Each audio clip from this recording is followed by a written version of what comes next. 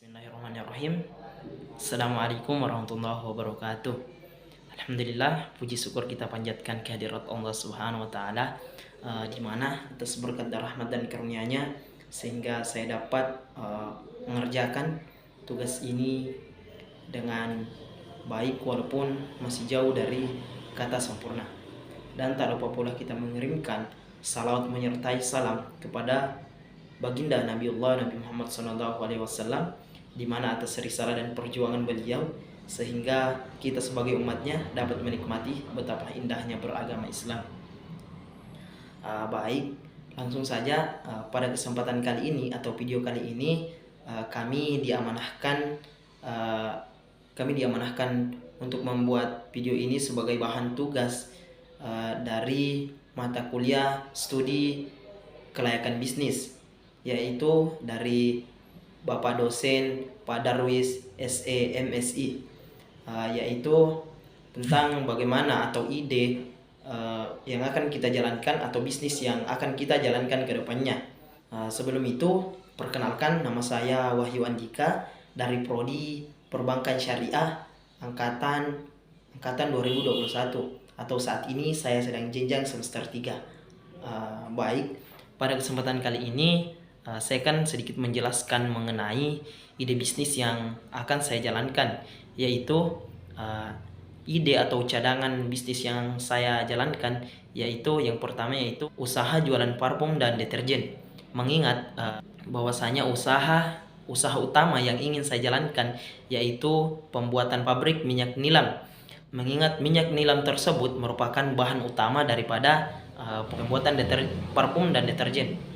Jadi menurut saya, jika saya ingin menjalankan bisnis jualan parfum dan deterjen, maka kita tidak susah lagi untuk bekerja sama daripada PT yang ingin kita tempati untuk kerjasama mengenai penjualan daripada parfum dan deterjen. Mengingat bahwasanya kita sudah sebelumnya kita sudah melakukan kerjasama dari pembuatan minyak nilam, kemudian kita mengekspor kepada PT yang membuat parfum dan deterjen, maka kita dengan mudah melakukan kerjasama antar PT tersebut. Dan ide bisnis yang saya angkat yaitu usaha jualan parfum dan deterjen. Kemudian nama utama daripada usaha yang akan saya jalankan yaitu PTS Jaya Harmoni. Alasan saya mengangkat daripada Jaya Harmoni supaya dalam artian Jaya artinya menjayakan, baik daripada pemilik daripada PT tersebut maupun anggota-anggotanya, dan harmoni yaitu kita dapat melakukan kerjasama yang baik antara anggota dan pemilik daripada PT tersebut. Baik, selanjutnya yang kedua yaitu saya akan menjelaskan sedikit gambaran daripada kondisi PT yang akan saya jalankan atau usaha yang akan saya jalankan, yaitu dari pembuatan penyulingan pabrik minyak nilam.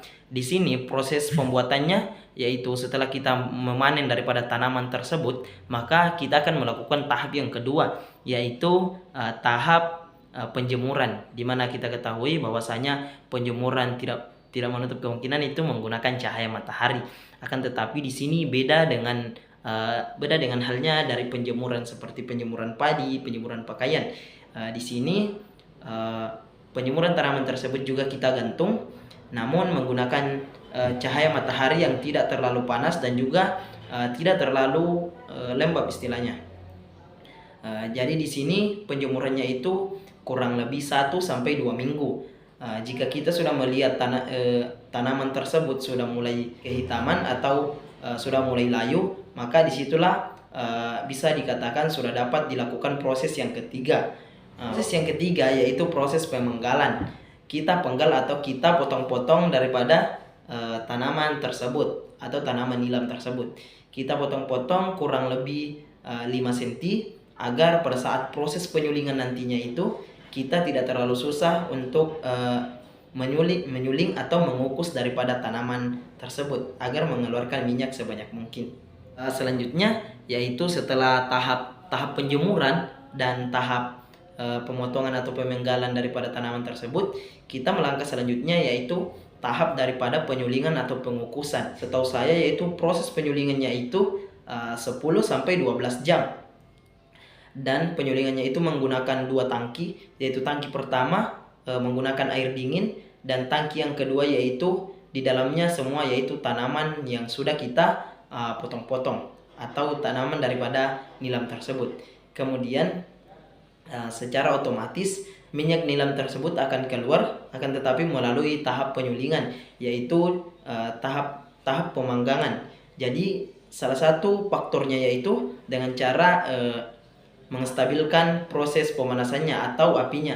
Dan di sini apinya yaitu kita menggunakan api yang dari alam, yaitu menggunakan bahan utamanya itu dari kayu itu sendiri. Lebih bagusnya jika kita melakukan pemanggangan tersebut dengan cara apinya itu sangat stabil. Jika apinya stabil, maka tidak menutup kemungkinan minyak nilam tersebut akan cepat keluar. Biasanya pengerjanya itu kurang lebih 5-6 orang dalam satu kali penyulingan, karena ada yang mengontrol api, ada yang mengontrol minyak, dan lain sebagainya, dan masih ada tugas-tugas yang lain sebagainya. Nah, selanjutnya setelah minyak keluar, karena minyak yang akan keluar ini bersamaan dengan air atau dibarengi dengan air, dan kita akan tampung menggunakan ember. Nah, secara otomatis di mana kita ketahui minyak dan air itu tidak bisa menyatu, jadi minyak tersebut akan tenggelam turun di ember, dan air tersebut akan tetap berada di bagian atas ember. Dan jika kita sudah melakukan selama 10-12 jam, maka kita sudah dapat memisahkan antara air dan minyak tersebut. Airnya kita buang, kemudian minyaknya kita ambil, kita masukkan ke dalam jerigen. Selanjutnya saya melanjutkan materi yang ketiga atau pertanyaan yang ketiga, yaitu alasan saya ingin mengembangkan daripada bisnis pembuatan pabrik minyak nilam tersebut. Mengingat bahwasanya proses pembuatan atau kinerja daripada pembuatan minyak nilam ini tidak terlalu susah, dan juga alasan utama saya ingin mengembangkan bisnis ini karena bisnis ini pasarannya tidak pernah mati. Mengingat bahwasanya kita di dunia ini kita sangat butuh yang namanya parfum, deterjen, obat urut, dan lain sebagainya seperti minyak yang kita gunakan. Mengingat tersebut bahwasanya pabrik nilam ini merupakan, atau minyak nilam ini merupakan bahan utama daripada deterjen dan parfum dan lain sebagainya. Jadi alasan saya mengangkat ini bahwasanya pemasarannya tidak akan pernah mati. Kemudian alasan saya selanjutnya yaitu saya ingin mengembangkan bisnis ini karena bahwasanya yang saya ketahui bahwasanya minyak ini tidak hanya diekspor, tidak hanya dikelola dalam negeri saja, akan tetapi juga banyak permintaan daripada di luar negeri. Seperti contohnya itu negara Jepang, negara Cina, dan ada juga berbagai negara di Eropa yang membutuhkan minyak tersebut. Mengingat tanaman ini tidak semua tempat tanaman ini akan tumbuh. Contohnya hawa yang terlalu dingin dan hawa yang terlalu panas. Contohnya di Jepang itu bahwasanya kita ketahui hawanya di sana itu tidak terlalu terkendali. Cina dan juga berbagai negara di Eropa, karena kebanyakan negara-negara Eropa yaitu memiliki hawa yang dingin. Di Indonesia pun tidak semua wilayah atau kota tanaman tersebut atau tanaman nilam ini dapat tumbuh. Dan alasan saya yang utama di sini karena di kampung saya terdapat tanah yang alhamdulillah lumayan subur dan tanaman tersebut berkembang pesat. Jadi saya ingin mengembangkan daripada penanaman tersebut agar selain kita juga dapat mendapatkan penghasilan, kita juga dapat melakukan kerjasama atau tolong-menolong antara sesama masyarakat yang ada di kampung. Karena bahwasanya masyarakat juga memiliki pekerjaan tetap, yaitu dari pabrik, dan juga dapat melakukan penanaman nilam, dan juga kita juga dapat mendapatkan penghasilan. Dan selain itu alasan saya juga karena di kampung saya itu terdapat banyak lahan yang tidak dikelola oleh masyarakat, sehingga jika adanya pabrik yang masuk seperti pabrik nilam ini, maka tidak menutup kemungkinan masyarakat akan berbondong-bondong untuk menanam daripada tanaman tersebut. Karena mengingat tanaman ini tidak dimakan oleh hama, tanaman nilam ini tidak dimakan oleh hama, dan juga proses penjagaannya itu kita tanam dan kita rawat, akan tetapi perawatannya ini tidak terlalu susah. Rumputnya itu kita cabut hanya satu kali, dan kita tinggal menunggu daripada proses pemanengannya. Akan tetapi kita selalu kontrol mengenai kestabilan daripada pertumbuhan dari tanaman itu. Karena juga di kampung saya itu tidak terlalu membutuhkan pupuk, karena tanamannya alhamdulillah sangat subur. Jadi itu alasan saya, atau alasan utama saya mengapa saya ingin mengembangkan daripada pembuatan pabrik minyak nilam. Karena selain kita membutuhkan daripada minyak tersebut, kita juga dapat menstabilkan perekonomian yang ada di kampung kita. Serta alasan utama saya tadi itu, selain dapat menstabilkan perekonomian, juga kita sudah ketahui bahwasanya minyak tersebut merupakan bahan utama daripada parfum dan deterjen serta shampoo dan minyak-minyak lainnya. Dan dimana kita ketahui bahwasanya kuadrat manusia itu sangat membutuhkan yang namanya hal-hal seperti itu.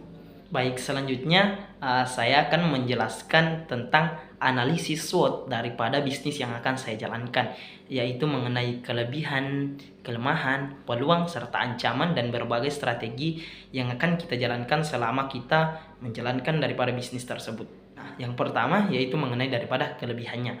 Kelebihan yang pertama itu menurut saya, yang pertama itu masih sangat kurang pesaing. Jadi menurut saya itu peluang yang sangat bagus kita melakukan usaha. Jika masih belum ada atau masih kurang pesaing, maka kita akan dengan mudah menjalankan daripada bisnis tersebut secara aman dan lancar.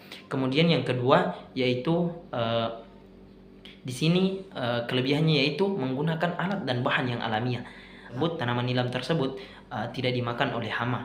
Jadi dan juga bahan utamanya yaitu menggunakan kayu, nyalakan api, dan kemudian selanjutnya yaitu proses tanamannya atau proses penanamannya terjangkau oleh masyarakat atau warga.